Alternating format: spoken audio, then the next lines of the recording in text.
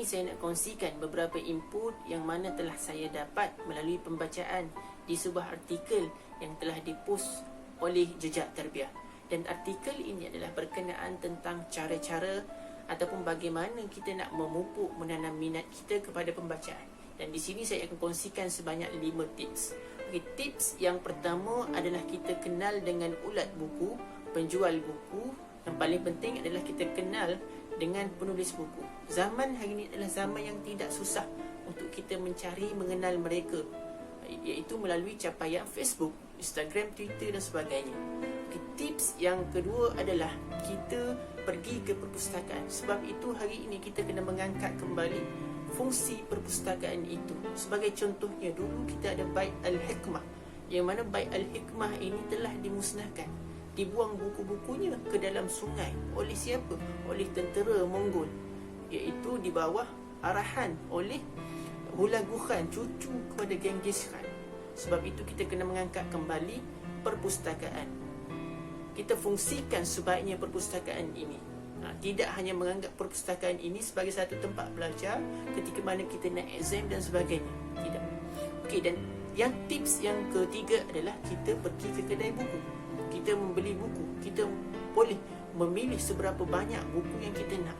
Tetapi syaratnya adalah kita kena ada wang. Yang keempat adalah kita memilih buku yang laris di pasaran.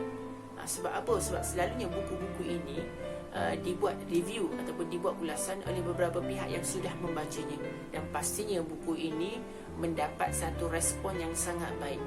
Mungkin ada yang mengatakan bahawa kita tidak perlu memilih buku yang orang suka, sedangkan buku itu belum tentu kita suka. Tetapi selalunya buku yang mendapat review yang baik, mendapat komen balas yang baik, mendapat ulasan yang baik, maka boleh dijadikan sebagai bahan untuk kita cuba membacanya. Mana tahu mungkin kita akan suka.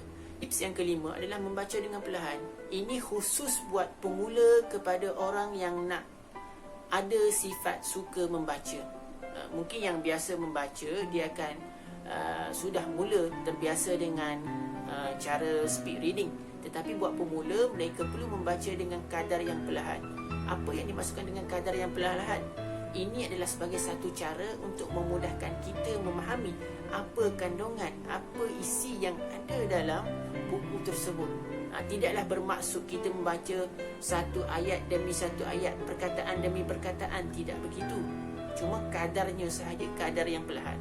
Cuma bagi sesiapa yang nak mengubah daripada bacaan perlahan kepada bacaan yang lebih laju, iaitu speed reading, maka bolehlah kita cuba dengan bacaan novel. Sebab novel selalunya menggunakan satu jalan cerita yang membuatkan kita ternanti-nanti, kita tertunggu-tunggu apa yang akan jadi seterusnya, kan?